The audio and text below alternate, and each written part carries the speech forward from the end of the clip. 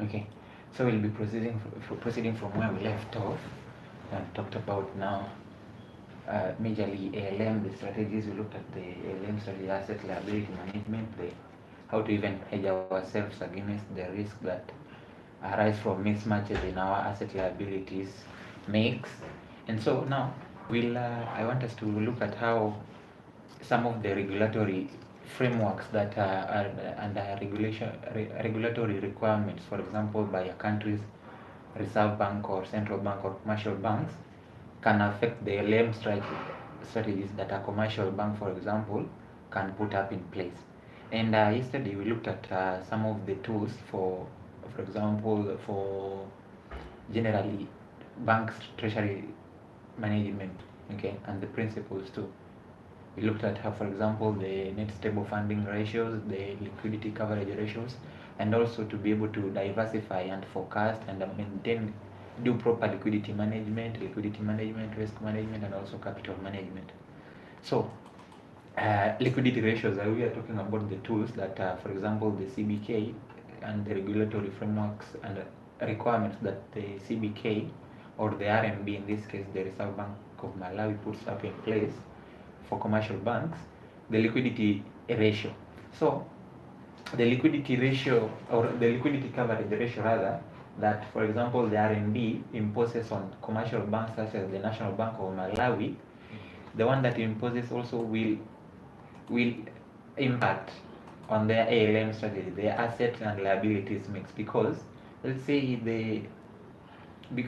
for example, the Basel III framework that maintains that the CET1, the common equity one ratio of at least 4.5% of net assets.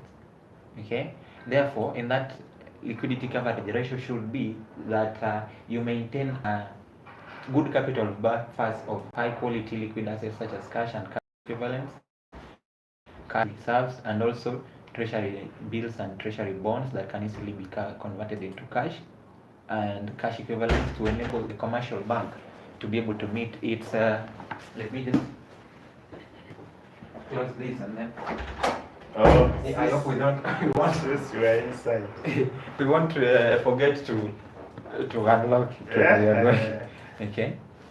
So yes, so let's say the CBK imposes the Basel III framework that requires that you maintain at least 4.5% of your CET1.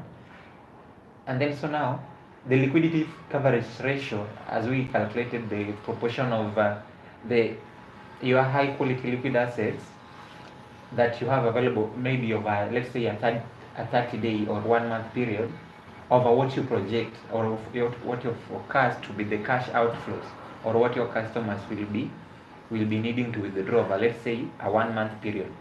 And then that percentage, should the high quality liquid assets be more, and then that will also impact the ALM strategy, since the assets will be more than the liabilities, and therefore even your gaps, for example the interest rate gaps and even the duration gaps will be favorable.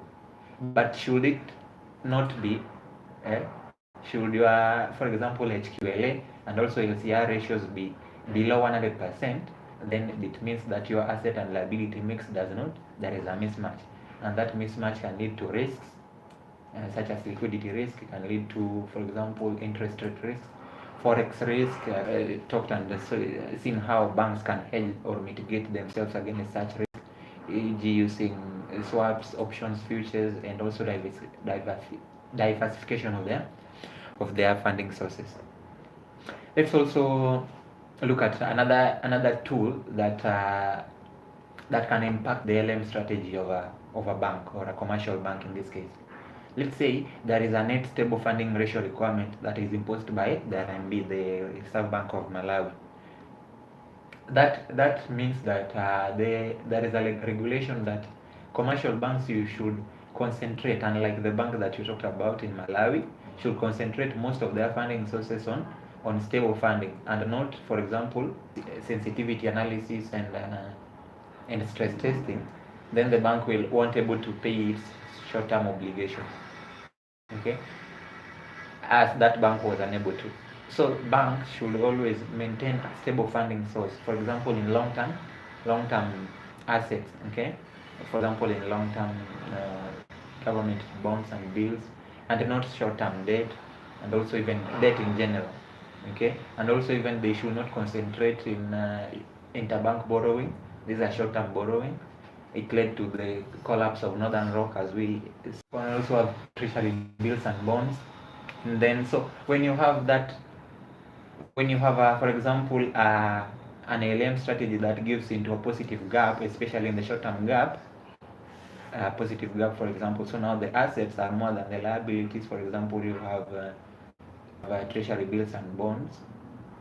Okay, so the NSFR, the net stable funding ratio, maintains that you should have those. You should concentrate most of your stable funding in those. Okay, then that will naturally impact the ALM strategy, and also it will impact the asset liability mix. Now if there is a mismatch, and then it will now dictate which kind of ALM strategy you can use. And you can always, before you can now do some, you can put some measures in place to now rebalance that, to rebalance the mix of your assets and the liabilities. You can do deposit campaigns, you can renegotiate, for example, with your creditors, things like that, right? You can the CBK or RMB in this case requires banks to maintain sufficient capital buffers in cash and cash reserves, and also in T-bills and T-balls that can easily be, generally in high quality liquid assets that can easily be converted into cash and cash reserves to absorb losses. You know, banks can also make losses, as we saw. So let's say a bank makes losses in the short term. Like for example, you have 100 million, you lend to me. So I'm the bank, you are the customer. Okay, you give me 100,000 Malawian kwa a year. So you want 115,000 after 1 year, right? I, as the bank, will invest, will give out these 100,000 Malawian kwacha in a loan to a customer who maybe wants to do some business or wants to import some and then make some profit. Let's say they'll make 20% profit. And since you can't, as a bank, take all their profit, you'll just demand from them, let's say, I just want half of that profit margin you made, that is 10%. So you'll have made, as a bank, 10,000 in profit, but you want 15,000 profit, right?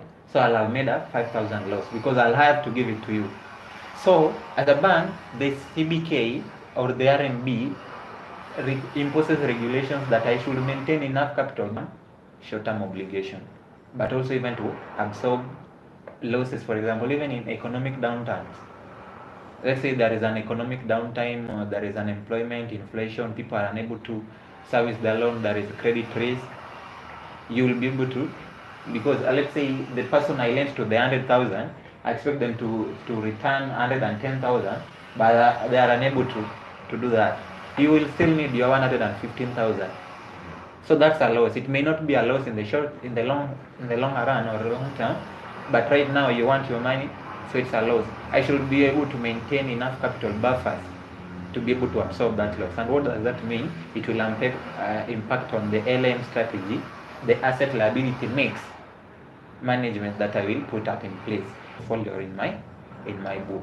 So banks with weak capital buffers will face, for example, a restriction even, or will pose, they'll face, for example, CBK and RMB, what are they called, restrictions. Okay, for example, they'll not even be able to access some of the facilities that the RMB that may offer, the central bank may offer, for example, the discount windows, and also the emergency loans.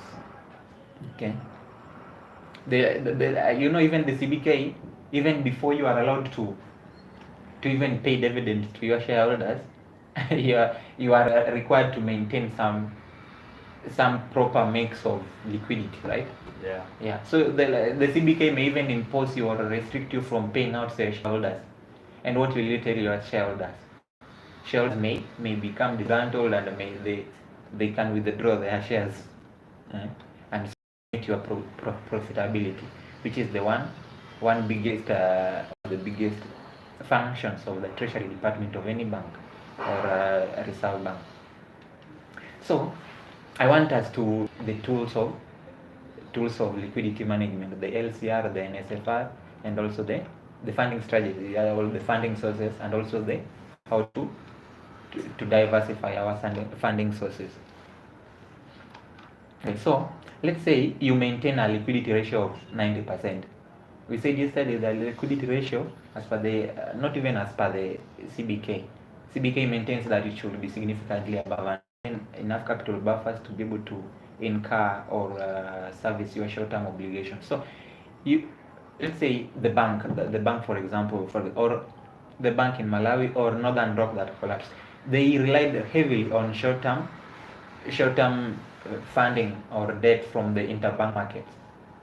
Okay, so if you rely too heavily and your LCR in that case is below 100, then you need to hold enough high quality HQLA, high quality liquid assets that should be able to enable you to service your short-term obligations. This can include cash or and now how will funding strategy impact for in an example impact the ALM strategies that we'll put. Let's say we have liabilities, okay, let's say borrowings or fixed deposit that customers have saved with us, okay.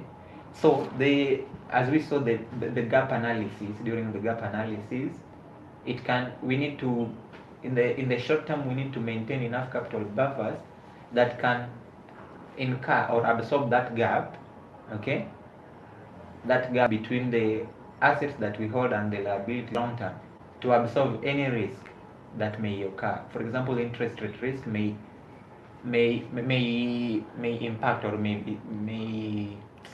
expose, for example, our risk sensitive assets and liabilities. Okay, risk sensitive assets and liabilities, for example, customer deposits are not demanded. Okay, so to do a little bit of not a little bit, we need to do thorough forecasting and monitoring. You remember yesterday we talked about that. From previous from for example even recent movements, we should be able to do projected cash flows. For example, we should be able to say that around the third quarter of an economy, for example, this and this much cash reserves is needed in the economy in circulation. Therefore, the RMB will, in this case, the Reserve Bank of Malawi will impose requirements onto the commercial banks in Malawi to be able to maintain an asset liability mix that will be able to meet that projected cash flows or forecasted cash flows. Okay, so forecasting and monitoring, you should be able to monitor, for example, cash flow projections, and also monitoring, for example, liquidity needs and management to be able to handle any shocks. And then that's where, after forecasting, then we can do a sensitivity analysis or a scenario analysis, a stress testing, to be able to see in case of shocks in the market, such as market crashes, bank run, and surge in withdrawals, what will we be able to handle that risk? Okay, so yes, is that okay now? Yes. Yeah. So in that case, if you, for example, if in that case, if you don't comply with the LCR requirement of the RMB, then one, you are there will be regulatory consequences, right, by the RMB, okay, because you are not complying with the Basel III requirement. And then what you will need to do in that case, you need to increase your capital buffers, for example, in cash and generally high quality liquid assets. Secondly, you need to, if you rely on short-term funding, like the bank, the Northern Rock, which collapsed, and also the bank, and if you rely too much on short-term funding, for example, borrowing in the interbank markets, then during, for example, market crashes, you will not be able to meet the NSFR requirements that you should be able to. Your asset and liability mix should compose of stable funding. Okay. And then so now what should you do as the Treasury department of that bank?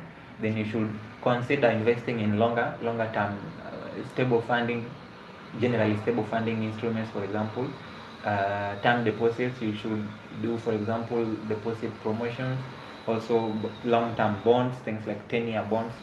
You can diversify also your funding sources, not just concentrate your funding sources on one particular source of funding. And you can also even invest or concentrate your funding sources on different. Okay, we have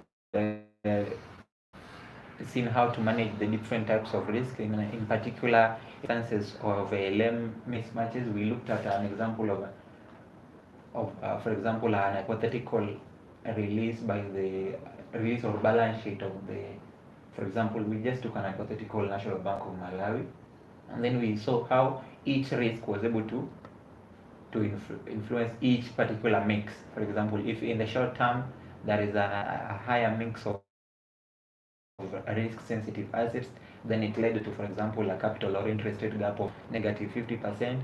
So in this case, should there be fluctuations in the currency and also in the interest rates, then we saw how we can hedge ourselves against that.